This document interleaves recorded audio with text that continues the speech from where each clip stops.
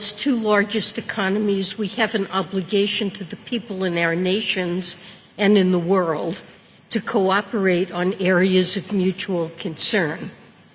Last week's visit served as a step forward in putting our relationship on a surer footing and establishing a resilient and productive channel of communication. There's much more work to do, but I believe this trip was an important start. I'm eager to build on the groundwork that we laid in Beijing to mobilize further action. Today, I want to speak about 4 priorities we will focus on this week: debt distress in emerging markets and developing countries, multilateral development bank evolution, support for Ukraine, and the global tax deal. First, let me speak about how alleviating debt distress can stimulate growth and development and restore stability in emerging markets and developing countries. As you know, I've pushed hard, both in public and in private, for timely debt treatments for countries in need of relief. Over the past few years, we have seen debt vulnerabilities mount for many countries as a result of the pandemic and Russia's illegal war against Ukraine. Today, over half of all low-income countries are near or in debt distress. This is double the share of countries that were in this situation in 2015. The economic case for decisive action is clear. When countries find themselves in debt distress, it's hard for them to fund or attract important public and private investments.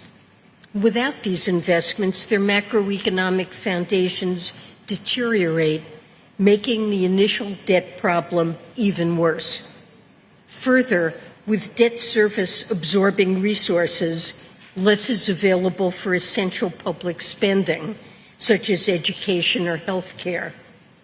Restoring debt sustainability can help unlock the massive economic potential of developing nations.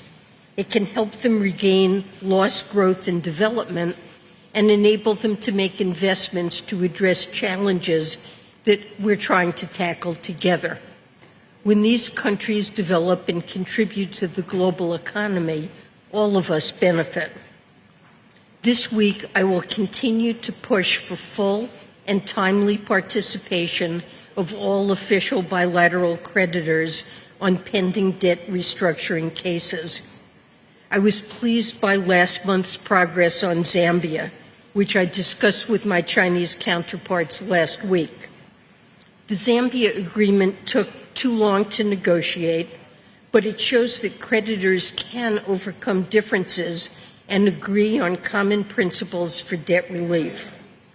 We should apply the common principles we agreed to in Zambia's case in other cases, rather than starting at zero every time, and we must go faster.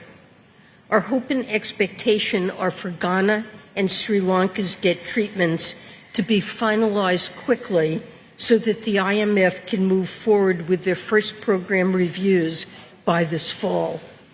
I believe that the publication of a user guide for borrower countries can provide necessary clarity and predictability about the debt treatment process.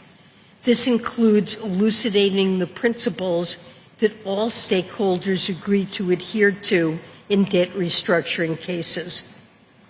More broadly, I look forward to working with my counterparts to support macroeconomic stability and growth around the world.